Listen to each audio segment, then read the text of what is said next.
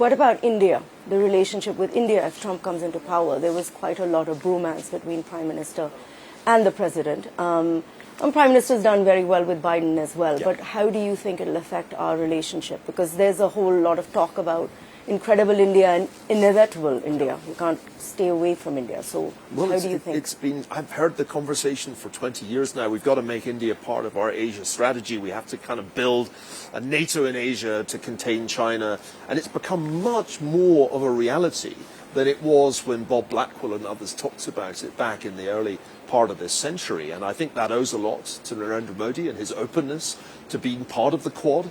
I think the Quad is real. It's a really important part of American global strategy.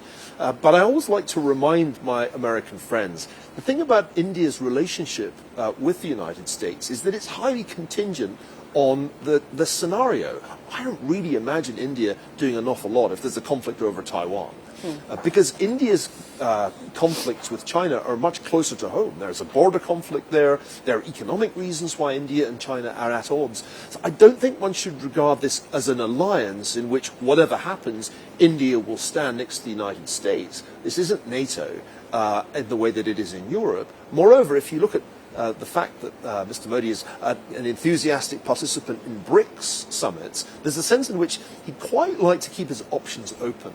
And that, I think, is the reality of India's situation. It's being wooed by the United States, but Narendra Modi knows that India has some options, and it doesn't need to make an unconditional commitment to American foreign policy. In the emerging world order at the moment, how are you looking at the India story and the prospects of India's rise on the global high table? Well, it's quite a few years now, but I remember back, I think not long after 2008, making a prediction that it would be a bit like the fable of the tortoise and the hare. China then was the hare and India looked like the tortoise. And I said, looking at the demographics, it'll turn out to be the tortoise India that wins this race. Well, here we are in 2024. Everybody talks about China's slowdown, China deflation, and an Indian economic miracle. And there's no getting away from the fact that something has fundamentally changed. The India that I first got to know 20 years ago it's begun to vanish. That India is being replaced by a new, extraordinarily dynamic India. And that's exciting. And who could be against that? What that means for ordinary Indians, millions and millions of ordinary people, is a massive improvement in their living standards. It's exciting, it's great, you'd be nuts to be against it. And this, of course, means that India becomes a geopolitical player in a way that it wasn't. Back in the Cold War, India was part of the non-aligned movement, which was annoying to Americans, but in the final analysis, not that important. Now India looks aligned. If anything, it's aligned with the United States. That's a really big issue in Cold War II. So I think this is a huge shift in the global balance of power, not only economically, but also geopolitically. But from your lens, what aspects of India are you seeing vanish? What are the new aspects of India which are giving you this sense of optimism? Well, I think what's vanished is the sense that you can never do anything about India's infrastructure, which I remember being told repeatedly 20 years ago. And that turns out not to be true. In fact, you can transform it.